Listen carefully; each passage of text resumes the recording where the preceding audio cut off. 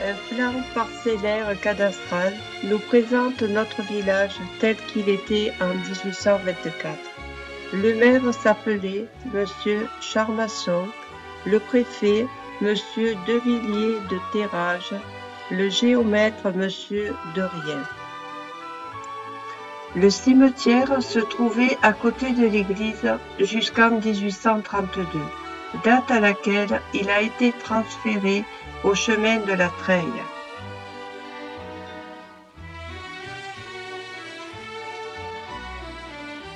Dans les années 1900, il y avait 651 habitants.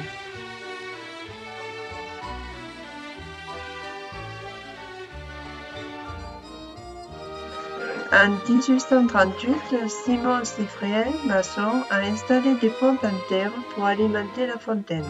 Il a construit également le monument de cette fontaine. Un supplément de 100 francs lui a été alloué pour les travaux. En 1843, les pompes en terre seront remplacées par des pompes en plomb. En 1892-1893 est érigé un piédestal en haut duquel sera insérée une horloge. En 1960, la fontaine et l'horloge seront détruites par la municipalité de l'époque.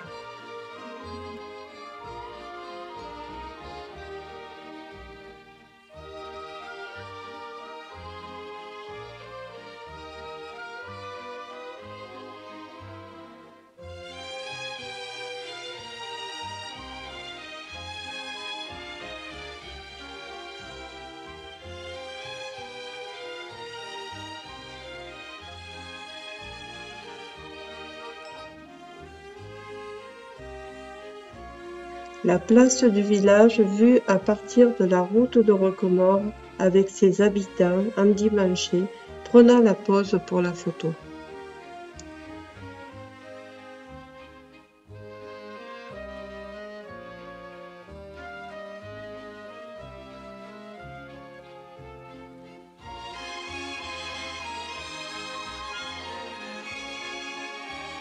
Cette carte postale montre des scènes de la vie de tous les jours.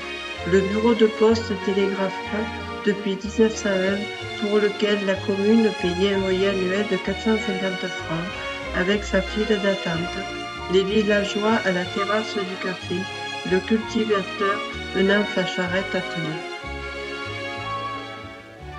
Un mur de 44 mètres de long et de 1 mètre de haut a été construit pour séparer la place du village de la route.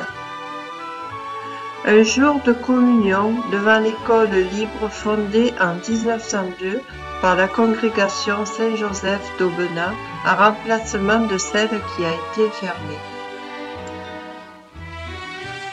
Voici la place dans les années 60.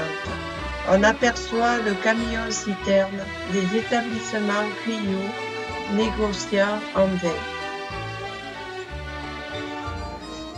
De nos jours, la place du village, agrémentée d'une jolie fontaine et d'oliviers, symbole de paix.